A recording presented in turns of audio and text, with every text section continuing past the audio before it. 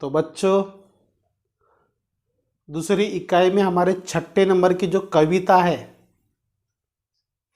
उस कविता का अध्ययन कर रहे हैं। और संत कवि रसखान इस कविता के रचनाकार है, कवि है। तो पहला वीडियो हो गया, हमने यहाँ तक देखा था हिंदी लोकवाणी में। समझ में आ रहा है ना? हाँ, तो यहाँ तक हो गया था, हम आगे देखेंगे। चलो आगे चलेंगे।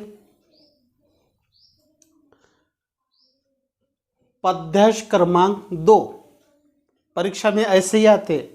पहला वीडियो देखा होगा आपने, अब दूसरा वीडियो ऐसा ही आएगा, लेकिन पाठ बहुत बढ़िया है, कविता बहुत बढ़िया है। श्री कृष्ण का वर्णन बहुत ही रसखान जी ने किया है। मेरे को तो पाठ बहुत ही बढ़िया लग रहा है, कुछ नया सीखने को मिल रहा है। उम्मीद करता हूँ आपको भी नया कुछ सीखने को मिल रहा होगा, है ना? चलो ठीक है, देखते हैं। ऐसा प्रश्न आएगा परीक्षा में, आपको कृति करनी है।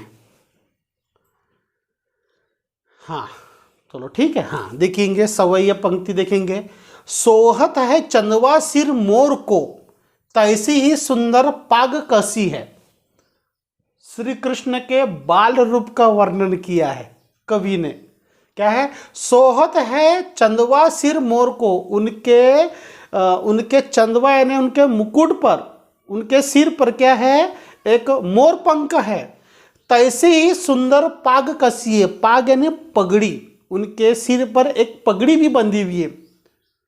उसमें क्या है? मोरपंख भी है, बहुत ही सुंदर प्रतीत हो रहे हैं।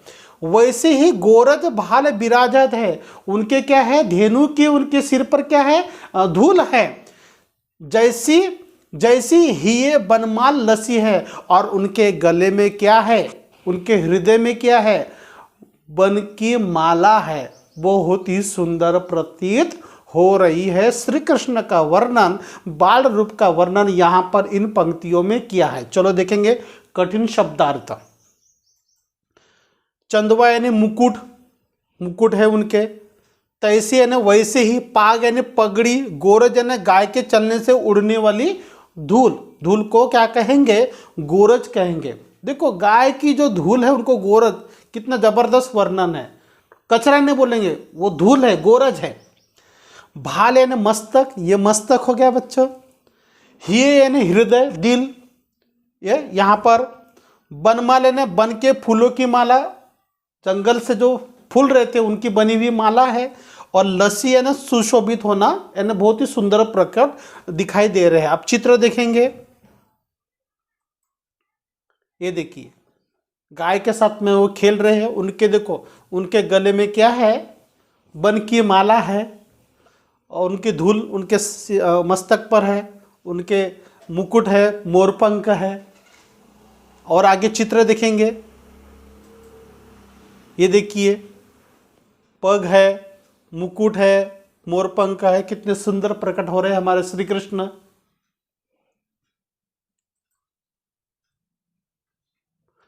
रसखान बिलोकत बौरी भई। रसखान आगे क्या कहते हैं कि लोग पगला गए हैं कृष्ण के वर्णन को देखकर। दृग नदी के ग्वाली पुकार हंसी, और गांव की जो ग्वाला है, गांव की जो छोरिया है, उनको क्या है? उनको वो हंसने लगी उनके वर्णन को देखकर। इतना सुंदर वर्णन है वहां पर। खोली री घूंघट, खोलो कहा?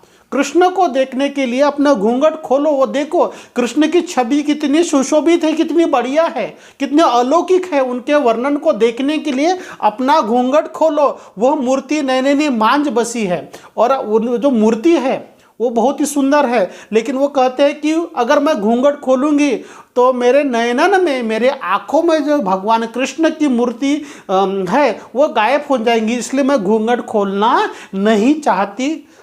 रसखान के माध्यम से वो ग्वाला को कह रहे हैं, वहां की जो छोरिया है उनको कह रहे, गोपिया को कह रहे हैं। आगे इनके देखेंगे कठिन शब्दार्थ। बोरी भाई ने विवेक रहित हो जाना, ना पागल हो जाना है, कुछ भी समझ में नहीं आना। श्री कृष्ण के वर्णन इतना है इसलिए। दृग यानी आंखें, मांझ यानी मध्य में, आंखों में क्या है? उनके कृष्ण की छवि बस गई है। कृष्ण का चित्र देखेंगे, देखिए कृष्ण की छवि, गोपियों के साथ में, राधाओं के साथ में है, कृष्ण का वर्णन है। और देखिए वो छोरिया है, ग्वाला है, मथुरा की, उनके कृष्ण का वर्णन इतना बढ़िया किया है रसका जी ने कि गोपियां भी क्या है? व्याकुल है उनके वर्णन को देखते हुए। शेष गणेश महेश दिनेश सुर से हु जाहि निरंतर गावे। 1 2 3 4 5 ये सब भगवान के नाम है।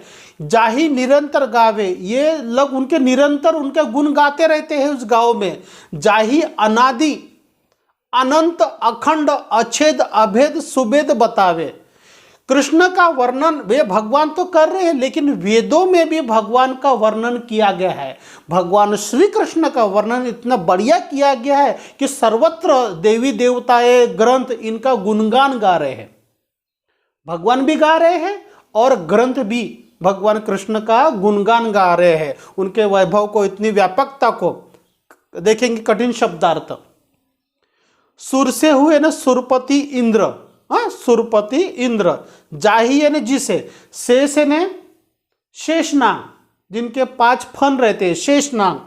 गणेश ने गणपति भगवान, महेश ने शंकर भगवान और दिनेश ने सूर्य देवता। कुछ पता चला कि नहीं? कुछ नया सीखने को मिल रहा है तुमको। ये तो तुमको मालूम ही रहता है, इनके बारे में मालूम नहीं होगा, इनके बारे में मालूम नहीं होगा। ठीक है। शेष ने शेषनाग। अनादि यानी जिसका अंत नहीं हो सकता, प्रारंभ न हो। अनंत जिसका अंत न हो। अखंड यानी जो जिसका खंड नहीं किया गया हो। अछेद यानी जिसको छेदा न जा सके। अभेद यानी जिसका भेद न किया जा सके। और सुभेद यानी वेद। 4 प्रकार के वेद है। तो वेदों में कृष्ण को अनादि कहते, अनंत कहते, अखंड कहते, अछेद कहते, अभेद कहते।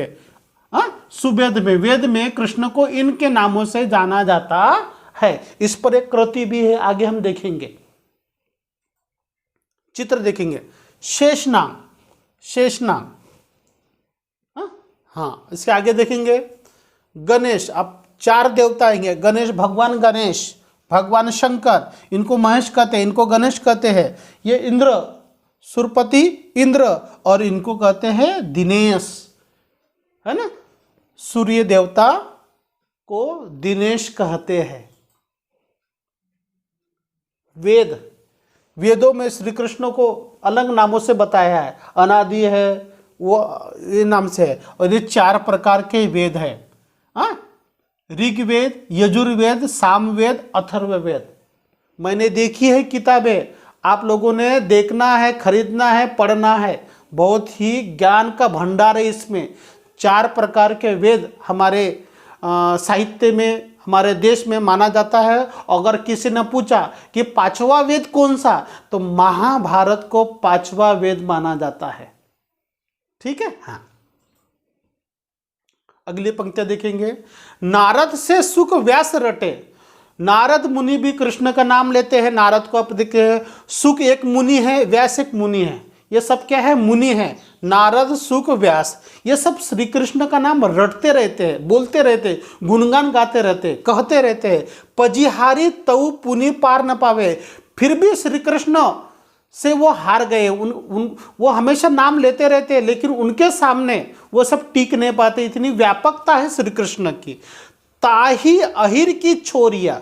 अहिर यानी ग्वाला, दूध बेचने वालों की लड़कियां। हाँ, अहिर, अहिर की जो लड़कियां है, छोरिया है। छचिया भरी छाछ पे नाच नचावे। छचिया यानी एक ताक रहता है, एक मट्टा रहता है। वो उसको मट्टा देते श्री कृष्ण को, छाछ देते श्री कृष्ण को कि तेरे को छाछ देंगे, तू हमको नाच के दिखा। और वो छाछ के वजह से श्री कृष्ण को नचवाते हैं। कौन नचवाते हैं? अहिर की छोरिया, क्योंकि उसको दूध बहुत पसंद है, दूध के पदार्थ वो अधिक खाते हैं। वो पछिहारी ने हार जाना, सब लोग हार गए हैं। ताहिया ने उसे, अहिर ने ग्वाला, आभीर, छोरिया ने छोकरिया, लड़कियां, छचिया ने छाछ नापने या रखने का छोटा पात्र है। एक प्रकार से गिलास रहता है, उसमें छाछ दिया जाता है। छाछ पीते हैं ना, मालूम ना छाछ क्या होता है? मराठी में ताक कहते हैं उसको। हाँ, वो पृथ्वी पर का अमृत माना जाता है। छाछ को पीना चाहिए इनको। ये देखो नारद मुनि, नारद मुनि भी सब नाम रटते हैं श्री कृष्ण के। अब देखेंगे व्यास मुनि। व्यास मुनि, ये तो चित्र आपने अनेक बार देखा होगा, इसका चित्र बहुत कम देखा होगा आपने। ये है सुक मुनि। ठीक है, सुक मुनि इस तरह से है। देखिए उनका, हाँ ये देखिए अहिर की छोरिया, देखो श्री कृष्ण बीच में बैठे हैं और उनसे क्या है, नाना प्रकार की कृतियां कराती है, क्योंकि श्री कृष्ण बहुत ही सुंदर प्रतीत होते हैं सबके लिए। सुंदर श्री कृष्ण को पाने के लिए गांव की छोरियां व्याकुल हो जाती है, तो उनको क्या है, छाछ देते हैं कि हम जो बोलेंगे करना पड़ेगा, नाचना पड़ेगा, तुमको दूध चाहिए दूध देंगे, मक्खन चाहिए मक्खन देंगे, सब मिलेगा, लेकिन हमारे सबसे काम करना पड़ेगा। अब इन पर कुछ कृति है। देखिए वेदों में श्री कृष्ण को कहा गया है, क्या क्या कहा गया है मैंने आपको बताया। देखते हैं यहां पर पहले अनादि कहा गया है श्री कृष्ण को, अनंत कहा गया है, अखंड अछेद श्री कृष्ण को कहा गया है। यह संजाल है, संजाल के प्रश्न रहते हैं, 2 अंक के रहते हैं परीक्षा में, बहुत बार देखे अपन ने। अगली कृति है श्री कृष्ण की महिमा का निरंतर गायन करने वाले। कौन कौन है जो हमेशा श्री कृष्ण की महिमा का गायन करते रहते हैं, वर्णन करते रहते, कहते रहते? शेष नाग, जिसके 5 नाग फन रहते हैं, चित्र में देखे, भगवान गणेश जी, महेश जिसको हम शिव जी कहते हैं, और अंत में है सूर्य देवता दिनेश। ये भगवान श्री कृष्ण का गुणगान गाते रहते हैं। पद्य में उल्लेखित एक पक्षी का नाम, कौन कौन सा पक्षी है देखोगे? मोर एक पक्षी है, और कृष्ण के द्वारा पहना हुआ एक वस्त्र, पाग यानी पगड़ी। हाँ, भिन्न भिन्न अर्थ वाले शब्द है, एक शब्द के 2 अर्थ भी निकलते हैं, ये भी पूछा जाता है। ये पहली बार आया है अपने पास में, अभी तक कितने वीडियो देखे अपन ने, ऐसा नहीं आया है। तो चोटी को क्या कहते हैं? देखो शिखा, शिखा यानी चोटी, शिखा यानी चोटी, और चोटी यानी पर्वत शिखर को भी कहते हैं हिंदी में। ठीक है, 2 मीनिंग है, 2 अर्थ है। अब व्यास, व्यास के भी 2 अर्थ है। व्यास यानी एक मुनि का नाम है, और गणित में भी एक व्यास माना जाता है, परिधि को, गणित का एक भाग है परिधि को। चलो, शब्द समूह के लिए एक शब्द आया, शब्द समूह जिसका कोई खंड नहीं होता हो उसको अखंड कहते। 2 अंक का परीक्षा में पूछा जा सकता है। छाछ रखने का छोटा पात्र छचिया कहते हैं। अपन की जनरल भाषा में क्या बोलते हैं? गिलास बोलते हैं, मेरे लिए छाछ लाना बोलते, कभी बोलते हैं छचिया में मेरे लिए एक छाछ लाना, ताक लाना, ऐसा बोलते नहीं बोलते। छचिया है वो जिसका कोई अंत न होता हो, अनंत, जो सदैव चलता रहता है, निरंतर। कृति 2 सरल अर्थ है। देखो किसी एक पद का 25 से 30 शब्दों में उत्तर लिखिए, ऐसा एक पद रहेगा। आपने क्या करना है, इस पद के माध्यम से 4-5 वाक्य में उत्तर लिखना है। 2 अंक आपके मिल गए। अभिप्राय है आपका, अभिमत है आपका, आपको जैसा सूचित होता है वैसा करो, लेकिन लिखो। गलत भी रहेगा तो चलेगा, लेकिन आपने कुछ ना कुछ लिखना ही, उसमें डरना नहीं है। ये जैसा लिखा है वैसा, बस हो गया, बहुत ही सरल है। 2 अंक आपको मिल गए। तो आज हमारी ये कविता समाप्त हो गई है। रसखान जी की बहुत ही बढ़िया कविता है, संपूर्ण कृष्ण का वर्णन यहाँ पर किया गया है। मुझे बहुत भाग गई ये कविता, उम्मीद करता हूँ आपको भी ये कविता बहुत पसंद आई होंगी।